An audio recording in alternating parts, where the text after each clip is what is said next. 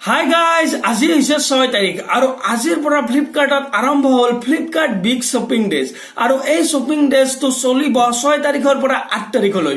So friends, আপোনালোকে যদি কোনোবাই যদি মোবাইল ফোন কিনিম বুলি যদি ভাবি আছে, তেনেহ'লে আপোনালোকে এতিয়াই মোবাইল ফোন কিনি ল'ব পাৰে। কাৰণ কিয় জানেনে, আপোনালোকে 6 তাৰিখৰ পৰা 8 তাৰিখৰ ভিতৰত ফ্লিপকাৰ্টত বঢ়িয়া মোবাইল ফোন বহুত কম দামতে পাই যাব আৰু আপোনালোকৰ ফেভাৰিট ব্ৰেণ্ডৰ মোবাইল ফোনবোৰ বহুত কম দামত পাই যাব। সো ফ্ৰেণ্ডছ, যদি আপোনালোকে মোবাইল ফোন কিনিম বুলি যদি ভাবি আছে, তেনেহ'লে আপোনালোকে এতিয়াই মোবাইল ফোন কিনি লওক, কাৰণ বহুত কম দামতে পাই যাব।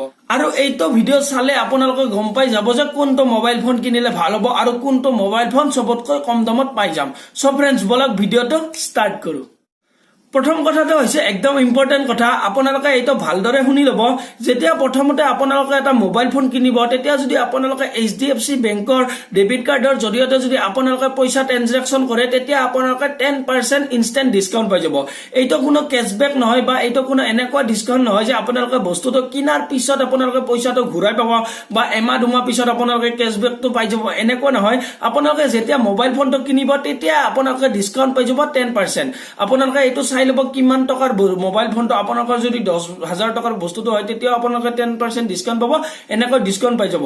কিন্তু আপোনালোকে HDFC বেংকৰ ডেবিট কাৰ্ডেৰে আপোনালোকে পইচা ট্ৰেনজেকশ্যন কৰিব লাগিব।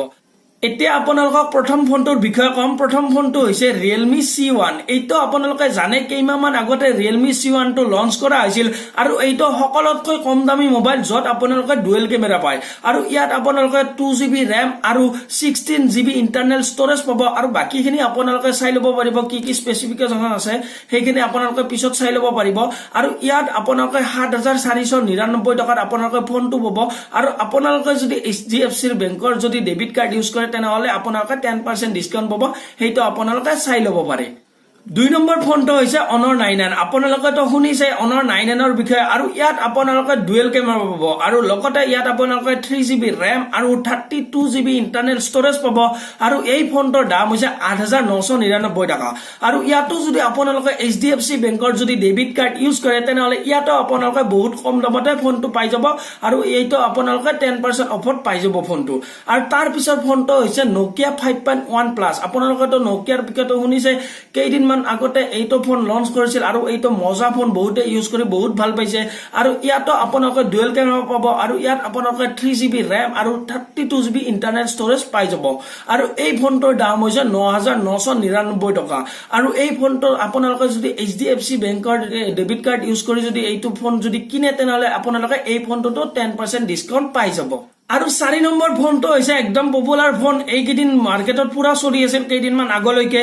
আৰু সেই ফোনটো হৈছে Realme 2 Pro। এইটো ফোন বহুতে কিনিছে, বহুত ভাল পাইছে। আৰু এইটো হৈছে ডুৱেল কেমেৰা ফোন, সকলোৱে জানে। আৰু এইটো ফোনত আপোনালোকে 4GB RAM আৰু 64GB ইণ্টাৰনেল ষ্ট'ৰেজ পাব। আৰু লগতে আপোনালোকে এইটো ফোন 12,990 টকাৰ পৰা এইটো ফোন আপোনালোকে ফ্লিপকাৰ্টত পাই যাব। আৰু 5 নম্বৰ ফোনটো হৈছে Redmi Note 5 Pro। এইটো ফোনৰ বিষয়েতো সকলোৱে জানে, কি কম এইটো ফোনৰ বিষয়ে। আৰু এইটো ফোন ইণ্ডিয়ান মাৰ্কেটত বহুত চেল হৈছিল, এইটো বহুত পপুলাৰ আছিল। কিন্তু বৰ্তমান MIয়ে আৰু এটা ফোন লঞ্চ কৰি দিলে, Xiaomiয়ে আৰু এটা ফোন লঞ্চ কৰি দিলে, আৰু সেইটো হৈছে Redmi Note 6 Pro। এতিয়া Note 5 Proটো বেছি নচলে, কিন্তু এইটো বহুত ফাষ্ট ফোন আৰু এইটো বহুতে স্পেচিফিকেশ্যন থকা ফোন, ডুৱেল কেমেৰা থকা ফোন। আৰু এইটো ফোনো আপোনালোকে ল'ব পাৰে।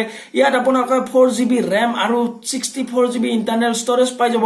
আৰু লগতে এইটো ফোন আপোনালোকে 12,999 টকাৰ পৰা এইটো ফোন পাই যাব। আৰু আপোনালোকে HDFC বেংকৰ credit card debit card use কৰিব, এইটো ফোন পাই যাব।